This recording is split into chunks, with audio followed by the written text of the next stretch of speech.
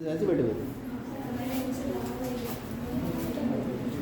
देखिए, ये क्षैतिज भूमि थी, ये एक जमीन पर एक बिंदु था, वहां से हमने एक खंबे पर डोरी से बांधे, डोरी पूरी तली हुई है, डोरी की लंबाई 20 मीटर थी, कोण उसने कह दिया कि डोरी 36 से 30 डिग्री कोण बनाती है, तो हमें खंबे की ऊंचाई निकाली है, sin 30 बराबर लंब बटे कर्ण, और यहाँ से मान रख के हमने निकाल लिया खंबे की ऊंचाई जो ए बी थी, वो यहाँ निकल कर आ गई। अगले क्वेश्चन में बात करते हैं। आने आने से एक पेड़ टूट जाता है, ठीक है। अब ऐसा नहीं है कि पेड़ का कोई कौन सा पेड़, उसी हिसाब से शाखाएं बनाने लगो। आप जमीन बनाइए, ये क्षैतिज भूमि हो गई और ये खड़ा है एक पेड़, लाइन खींच दो तो पेड़ सीधा मानोगे। ये पेड़ है, इसका नाम रख दो ए। ये क्या है? पेड़। चलो, आने आने से एक पेड़ टूट गया, लोग अभी बनाया अभी टूट गया, आने आने से पेड़ टूट गया और टूटा हुआ भाग इस तरह मुड़ता है। अब पेड़ टूट के क्या होता है? पेड़ टूट के किसी की छत पे गिरा या किसी कार पे गिरा या सड़क पे गिरा, ये बता रहा है। पेड़ टूटा हुआ भाग इस प्रकार मुड़ जाता है कि पेड़ का शिखर जमीन छूने लगता है। इस बात का क्या मतलब है? कि पेड़ इस प्रकार टूटता है कि पेड़ का शिखर जमीन छूने लगता है, यानी लिप्टिस टाइप का पेड़ होगा, वो टूटा होगा, टूट के पूरा अलग नहीं हुआ, टूट के जमीन पे गिरा, और जो जमीन पे गिरा ये है पेड़ का शिखर, ये आके कहाँ गिरा? जमीन, यहाँ आगे लगा और यहाँ से टूटा, मान लो है ना। तो ये वाला भाग जो था यहाँ से टूटा सी से और टूट के ये यहाँ आगे गिरा, ठीक है। इसका मतलब ये जो बी सिरा था वो यहाँ आ गया, वो कहाँ से टूटा था? सी से। इसका मतलब ये वाला भाग जो था वो इस वाले भाग के बराबर। ये तो हुई बात, तो यहाँ से टूटा ना और टूट के नीचे गिरा, तो ये वाला भाग तो टूट के नीचे आया और जमीन को छू लिया इसने यहाँ पे आके, ठीक है।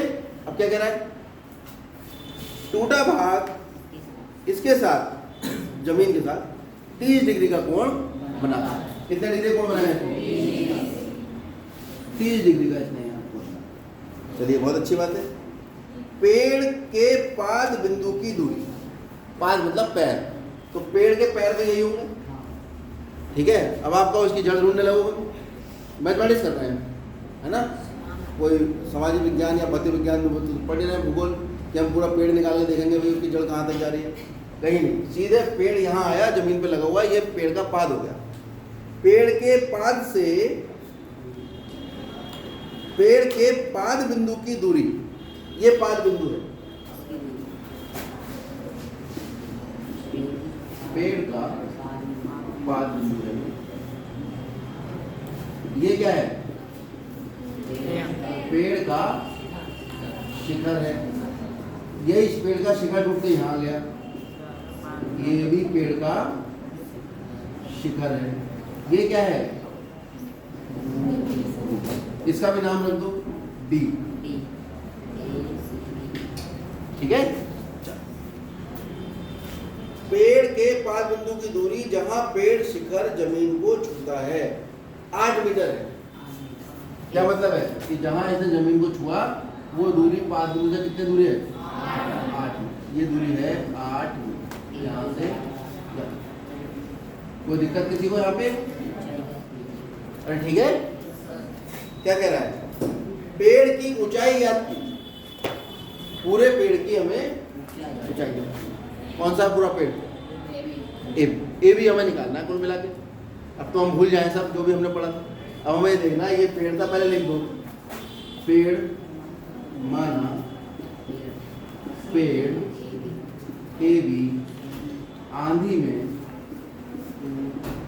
बिंदु सी से टूटकर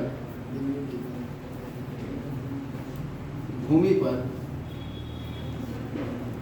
AD बराबर 8 मीटर दूरी पर पेड़ का शिखर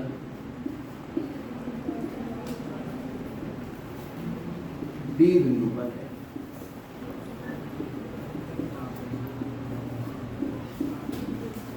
ये बात क्लियर हो गई? ये सब वैसे लिखने की जरूरत नहीं थी क्योंकि मैं यहाँ सब दिखा चुका हूँ। फिर भी थोड़ा और समझ में आए। अब हम सीधे गणित पे बात करते हैं। हमें ए बी निकालना है। ए बी जो है उसमें से ए सी अलग है और बी सी अलग। बी सी जो है वो डी सी का भाग है ना, क्लियरली साफ साफ यहाँ दिखाई दे रहा है। क्या दिखाई दे रहा है कि भाई बी सी जो है वो किसके बराबर होगा, डी सी के बराबर, क्योंकि पेड़ का टूटा भाग वहाँ के नीचे गिरा है। अब हमारे पास इस त्रिभुज में हमें ये वाली भुजा निकालने में ए सी और ये वाली निकालने। अगर दोनों भुजाएं निकाल के जोड़ेंगे तो पूरे पेड़ की लंबाई नहीं आ जाएगी, नहीं बस। अगर इसका कर्ण और लंब निकाल दिया जाए और कर्ण और लंब को जोड़ा जाए तो लंब प्लस कर्ण और कर्ण इसके बराबर था, पूरा पेड़ की लंबाई निकल आएगी। तो हमारा काम क्या है कि समकोण त्रिभुज में कर्ण और लंब का लंबाई ज्ञात करना। हमें जानकारी क्या क्या है, हमें जानकारी है एक तो एडी पता है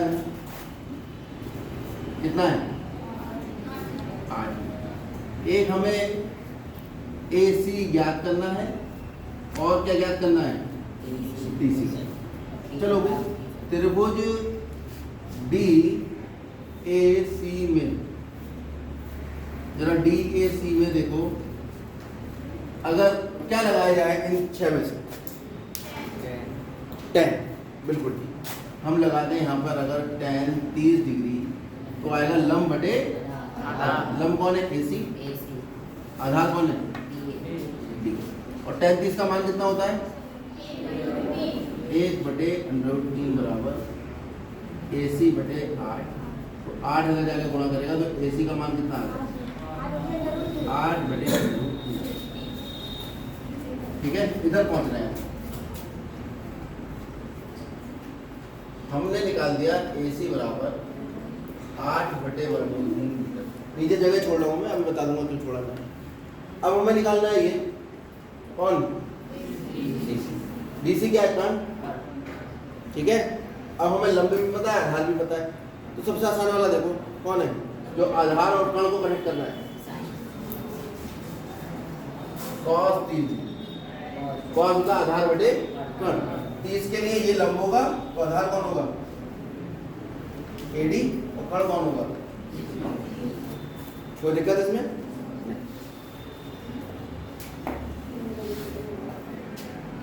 यहाँ क्यों गड़बड़ हुई, कोई गड़बड़ नहीं, बिल्कुल ठीक है सब। चलिए cos 30 का मान कितना होता है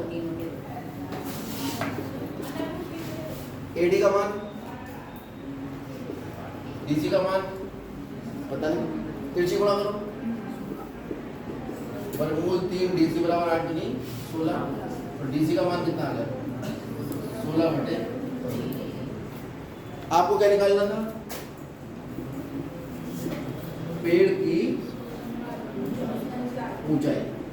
पेड़ की ऊंचाई थी ए बी बनी है 2 भागों से, ए सी प्लस बी सी, और बी सी जो थी वो किसके बराबर थी डी सी के, क्योंकि यही भाग तो टूट के नीचे आया, तो बी सी थी हमारी डी सी के बराबर।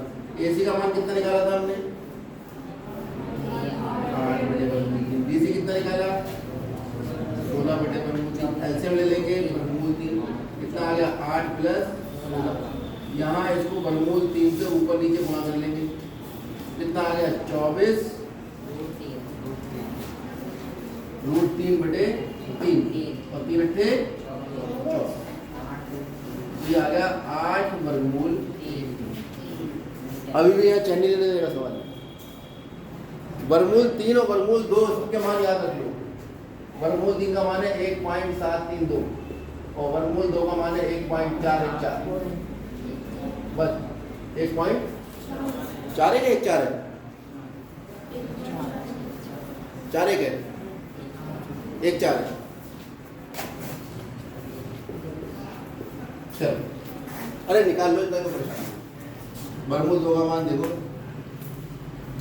इसीलिए मैंने निकालने में बता रहा हूँ आपको। यहाँ से जोड़े बना लो, एक ही काम, 1 बचा 1, जोड़ा उतरेगा, 1 और 1 में जोड़ोगे कितना आ जाएगा 2, 2 के आगे लिखोगे 4, हाँ 4 है, 4 चौक 16, 4 दूनी 8 में 1.4। ठीक है, 1.4 1.4 होता है, 1.4 तक आप यूज करते हैं। वरना अच्छा एक चीज़ और, कभी कभी सवालों में नीचे दे देता है वो कि वर्गमूल 3 बराबर ये, वर्गमूल 2 बराबर ये, पाई बराबर ये, नियम तो यही है कि अगर मान देगा तो लगाएंगे, नहीं देगा नहीं। इसमें दिया है क्या? नहीं दिया, तो यही आंसर होगा। अतः ये किसका मान था? पेड़ की ऊंचाई थी, है ना? ये क्या निकला? पेड़ की ऊंचाई। अतः